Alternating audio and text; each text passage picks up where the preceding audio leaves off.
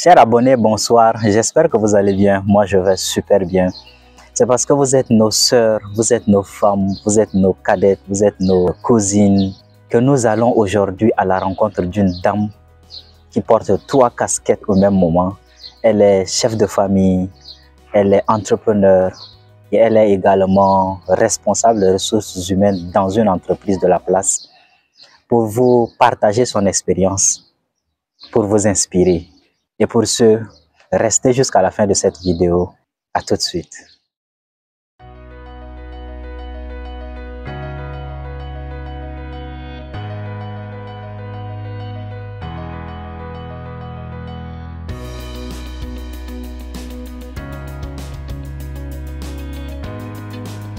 Bonsoir, Madame Mélanie. J'espère que vous allez bien. Bonsoir, Monsieur Germain. Je vais bien, merci. D'accord, super. J'espère que la Semaine nationale de la femme se passe très bien. Oui, ça va, ça se passe bien. D'accord. Je n'ai pas été au défilé, mais bon, je suivais en direct.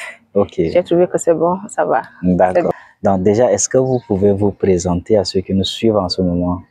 D'accord. Je m'appelle Nérole Mélanie. Je suis mariée. Je suis la mère de 4 enfants.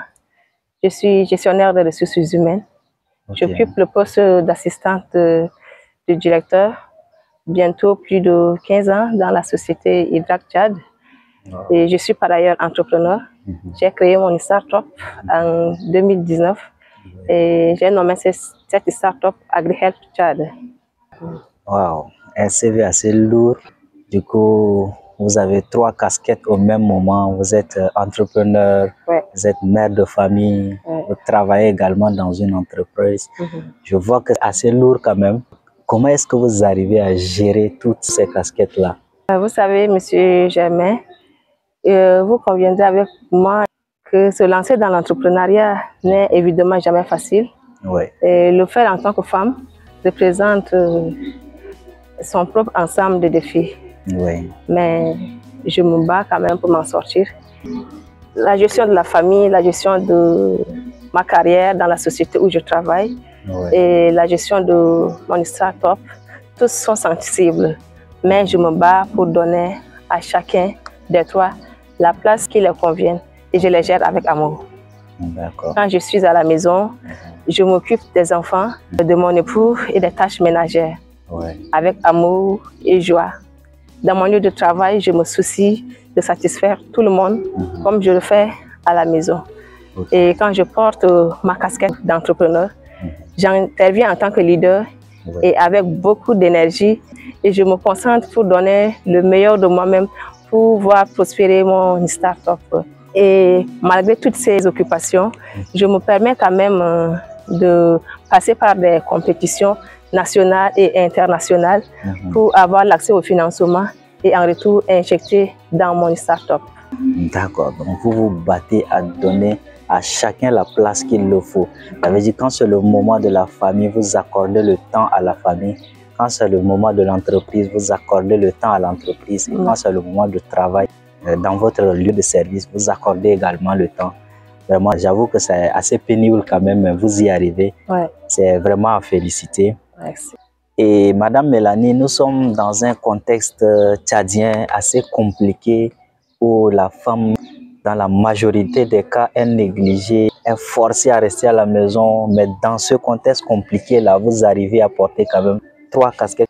Et j'aimerais un peu demander quelle impression vous avez de l'entrepreneuriat féminin au Tchad.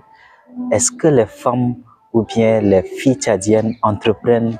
Est-ce qu'elles arrivent quand même à surpasser ce challenge-là qui est en train de les bloquer ici au Tchad? Ok, l'entrepreneuriat au Tchad est un défi.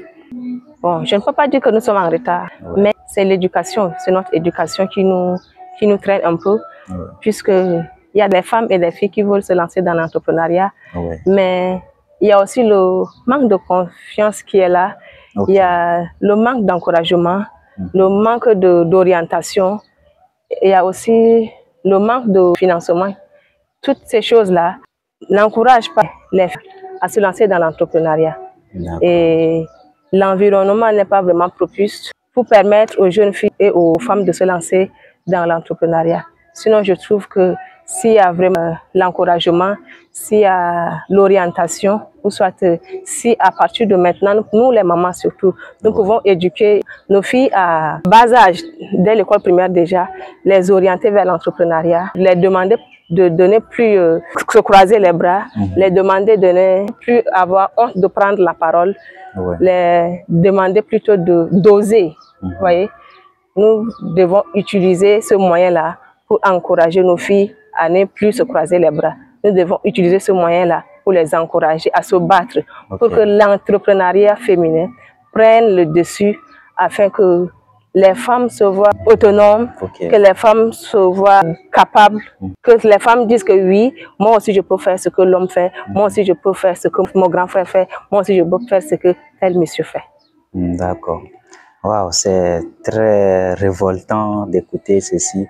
Et c'est véritablement dans cet état d'esprit que nos sœurs, nos femmes, nos petites sœurs doivent se lancer pour se démarquer également en entrepreneuriat. Nous recevons aujourd'hui Madame Mélanie qui est promotrice de la start-up AgriHelp. Déjà, chez vous, qu'est-ce que vous faites à AgriHelp? AgriHelp est une start-up qui a pour mission d'assister, d'accompagner, de conseiller les jeunes et les femmes producteurs agricoles. Vous voyez, puisque au Tchad, les conseillers agricoles ne viennent pas trop au secours des petits producteurs. Ils viennent plutôt au secours des coopératives, des associations, étant donné que les jeunes producteurs, les jeunes femmes sont là et ils sont majoritaires. Vous voyez, alors ils sont sans conseiller. Ils sont sans conseiller. Donc, l'AgriHelp est une start-up qui a une application numérique qui assiste ces jeunes-là, ces femmes-là, qui ne sont pas suivis par les conseillers. On leur vient en aide. On leur vient en aide par nos versions papier. Puisque vous savez que nos agriculteurs sont pauvres. Vous voyez, ils sont pauvres. Ils ne peuvent pas avoir l'accès à l'Internet. Ils ne peuvent pas aussi avoir l'accès au téléphone Android. Donc, pour ce faire, nous avons aussi la version papier de notre application numérique pour leur permettre d'utiliser également cette version papier-là, qui sera leur conseiller le plus proche, qui sera le conseiller de chaque jour, qui sera le conseiller de tout leur déplacement, dans leur lieu de travaux champêtre, que ce soit à la maison ou n'importe où ils sont, ils peuvent utiliser notre version papier ou soit la version numérique s'ils en sont capables pour pouvoir avoir leur conseiller plus proche d'eux. D'accord. D'accord, donc votre application est sur Play Store déjà, c'est téléchargeable? Oui, l'application est téléchargeable. D'accord. Elle est sur Play Store. Ok. D'accord, donc vous avez déjà une application qui est disponible sur Play Store. Et pour ceux qui ne sont pas assez avancés en technologie, peuvent également entrer en possession de la version papier de cette application pour pouvoir avoir des conseils dans l'agriculture. Donc, merci d'être toujours connecté. Merci de rester jusqu'à la fin de cette vidéo.